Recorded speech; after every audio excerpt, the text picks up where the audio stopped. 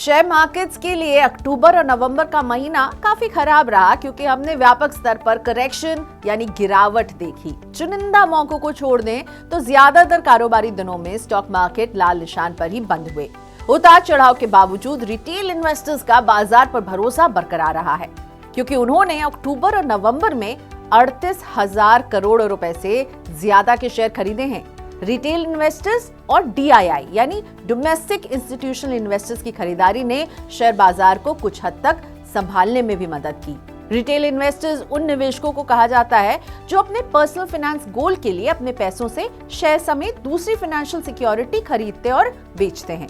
अक्टूबर में शेयर बाजार में मची उथल पुथल के बीच रिटेल इन्वेस्टर्स यानी खुदरा निवेशकों ने 29,000 करोड़ से ज्यादा के शेयर खरीदे। तो वहीं अगर नवंबर की बात करें तो बाजार में हड़कंप था, लेकिन रिटेल इन्वेस्टर्स ने 9,100 करोड़ रुपए की खरीदारी की। यानी बाजार में मचे हाहाकार के दौरान खुदरा निवेशकों ने कुल मिलाकर इन 2 महीनों में 38,000 करोड़ रुपए से ज्यादा के शेयर खरीदे हैं और ये हमें मनी कंट्रोल की एक रिपोर्ट से जानकारी मिल रही है। अक्टूबर और नवंबर में विदेशी पोर्टफोलियो निवेशक यानी कि FPIs ने इक्विटी बाजार से भारी बिकवाली की। बाजार में हड़कंप मच गया। नेशनल सिक्योरिटीज डिपॉजिटरी लिमिटेड यानी NSDL के आंकड़े बताते हैं कि विदेशी पोर्टफोलियो निवेशकों ने अक्टूबर में 94,017 करोड़ रुपए जबकि नवंबर में इक्विटी से 21,612 करोड़ रुपए की शुद्ध निकासी की, एग्जिट किए। वहीं दिसंबर में FPIs ने अपना ट्रेंड बदला है और 4 दिसंबर तक FPIs ने 12,101 करोड़ रुपए की इक्विटी की खरीदारी की है। FPIs की तेज बिकवाली के बीच म्यूचुअल फंड समेत घरेलू संस्थागत निवेशकों ने अपनी खरीद को बढ़ाया है। DIs की ओर से अक्टूबर में 1 लाख करोड़ रुपए से ज्यादा और नवंबर में 44,483 करोड़ रुपए से ज्यादा की खरीद दर्ज की गई है।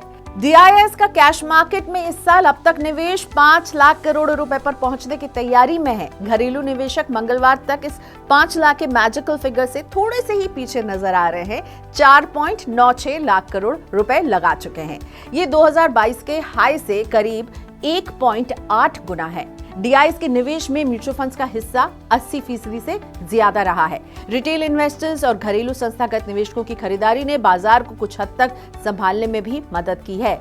खुदरा निवेशक 2 तरह से बाजार में पैसा लगा रहे हैं। एक तरफ तो वो सीधे मार्केट में खरीदारी कर रहे हैं, तो दूसरी ओर म्यूचुअल फंड रूट यानी कि SIP या लमसम निवेश कर रहे हैं म्यूचुअल फंड की स्कीम्स में और उनका ये पैसा घूमकर बाजार में आ रहा है और उसे बाजार को सपोर्ट मिल रहा है। एक्सपर्ट्स का कहना है कि खुदरा निवेशकों का भरोसा घरेलू बाजार में बना हुआ है। वे निचले स्तर पर खरीदारी का फायदा उठा रहे हैं।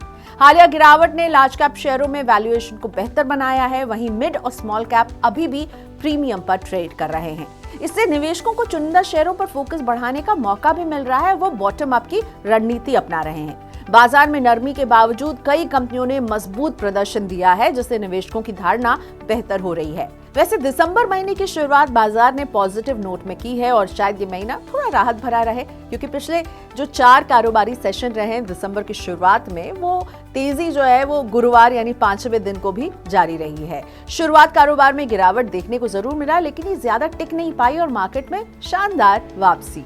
दोपहर के कारोबार में निफ्टी 100 अंक से ज्यादा जबकि सेंसेक्स करीब 500 अंक से अधिक बढ़कर चल रहा है। तो अक्टूबर और नवंबर खराब रहे और दिसंबर क्या बेहतर रह सकता है?